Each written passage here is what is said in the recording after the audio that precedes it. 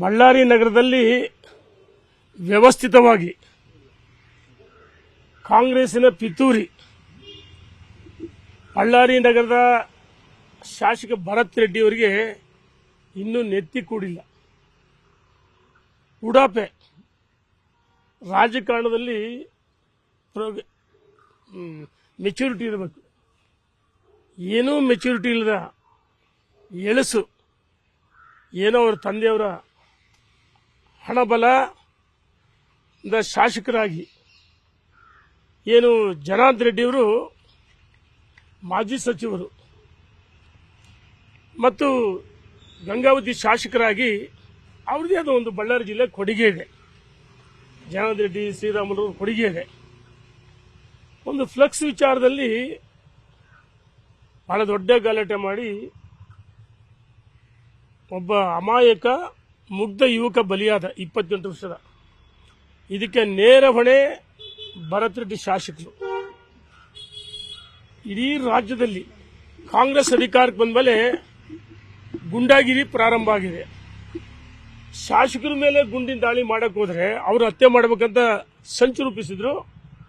ಅಚಾನಕ್ ಕಾಂಗ್ರೆಸ್ಸಿನ ಕಾರ್ಯಕರ್ತರಾಗಿದೆ. ಯಾರಿಗೆ ನೋವಾದ್ರೂ ನಾವು ಪಕ್ಷ ಮಾಡಲಿಲ್ಲ, ಕಾಂಗ್ರೆಸ್ ಬಿಜೆಪಿ ಅಂತ ನೋಡಲ್ಲ. ಅಚಾನಕ್ ಆಗಿ ಆ ಯುವಕನ ಬಲಿಯಾದ. ನಾವು ಹೇಳ್ತಾ ಇದೀವಿ, ಸರ್ಕಾರ ಕಣ್ಣೆರ್ಸೋ ತಂತ್ರ ಮಾಡ್ತದೆ. ಒಬ್ಬ SP ಅಮಾನತ್ ಮಾಡಿದ್ರೆ ಸಾಲದು. ನಾವು ಹೇಳ್ತಾ ಇದೀವಿ, CBI ವಹಿಸಬೇಕು.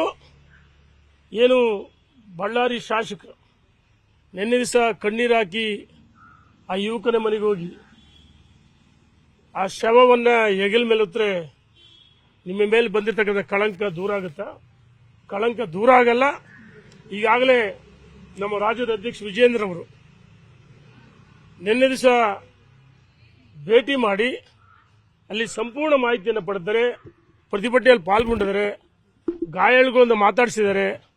ಇದ್ರ ಜೊತೆಗೆ ನಮ್ಮ ಪ್ರತಿಪಕ್ಷ ನಾಯಕರುಗಳು, ಮುಖಂಡರುಗಳು, ಸಂಬಂಧಪಟ್ಟ ಪೊಲೀಸ್ ವರಿಷ್ಠಾಧಿಕಾರಿಗಳನ್ನ ಭೇಟಿ ಮಾಡಿದ್ದಾರೆ. ತಕ್ಷಣ ಸರ್ಕಾರ ಇಲ್ಲಿ ಮುಲಾಜಿಲ್ಲದೆ ಭರತ್ ರೆಡ್ಡಿಯನ್ನು ಬಂಧಿಸಬೇಕು ಅಂತೇಳಿ ನಾವು ಒತ್ತಾಯ ಮಾಡ್ತೀವಿ. ಹಾಲಿ ನ್ಯಾಯಾಧೀಶರ ನೇತೃತ್ವದಲ್ಲಿ ಅಥವಾ CBIಗೆ ತನಿಖೆಯನ್ನು ವಹಿಸಬೇಕು. ಇಡೀ ರಾಜ್ಯದಲ್ಲಿ ಗುಂಡಾಗಿರಿ ಆಗಿದೆ. ಮೈಸೂರಲ್ಲಿ ಪೊಲೀಸ್ ಠಾಣೆ ಮುತ್ತಿಗೆ ಹಾಕಿದ್ರು. ಇವರು ಕಾಂಗ್ರೆಸ್ ಸರ್ಕಾರ ಒಂದು ರೀತಿ ಚನ್ನಗಿರಿಲೇ ಆಯ್ತು. ಒಂದು ಕಡೆ ಹಿಂದೂಗಳಿಗೆ ರಕ್ಷಣೆ ಇಲ್ಲ, ರೈತರ ಕಣ್ಣಲ್ಲಿ ಕಣ್ಣೀರು ಬರ್ತಲ್ಲ, ರಕ್ತ ಬರ್ತದೆ, ರೈತನು ಆತ್ಮಹತ್ಯೆ ಮಾಡ್ಕೊಳ್ತಾರೆ. ಯಾರ ನೆರವು ಈ ಸರ್ಕಾರ ಬರ್ತಲ್ಲ. ನಾವು ಹೇಳ್ತಾ ಇದ್ವಿ, ಈ ಸರ್ಕಾರ ಕುರ್ಚಿ ಮೇಲೆ ಕೂರಕ್ಕೆ ಮುಖ್ಯಮಂತ್ರಿಗಳು ಅವರಿಗೆ ಯಾವುದೇ ನೈತಿಕತೆ ಇಲ್ಲ. ನಿಮಗೆ ನೈತಿಕತೆ ಇದ್ರೆ ತಕ್ಷಣ ಬಂಧಿಸಬೇಕು ಭರತ್ ರೆಡ್ಡಿ ಅಂತ ನಾನು ಒತ್ತಾಯ ಮಾಡ್ತೀನಿ. ನಿರ್ಭೀತ, ನಿಷ್ಪಕ್ಷಪಾತ, ವಿಶ್ವಾಸಾರ್ಹ ಸುದ್ದಿಗಳಿಗೆ ಮತ್ತೊಂದು ಹೆಸರಾಗಿರುವಂತ News18 ಕನ್ನಡ ಈಗ ಆಪ್ನಲ್ಲೂ ಲಭ್ಯವಿದೆ. ದಯವಿಟ್ಟು ಇಲ್ಲಿರುವಂತ QR ಕೋಡ್ ಸ್ಕ್ಯಾನ್ ಮಾಡಿಕೊಂಡು ಆಪ್ ಡೌನ್ಲೋಡ್ ಮಾಡೋದಕ್ಕೆ ಮರಿಬೇಡಿ. ನಿಮ್ಮ ಬೆಂಬಲ ಹೀಗೆ ಸದಾ ನಮ್ಮೊಂದಿಗಿರಲಿ. ಧನ್ಯವಾದ.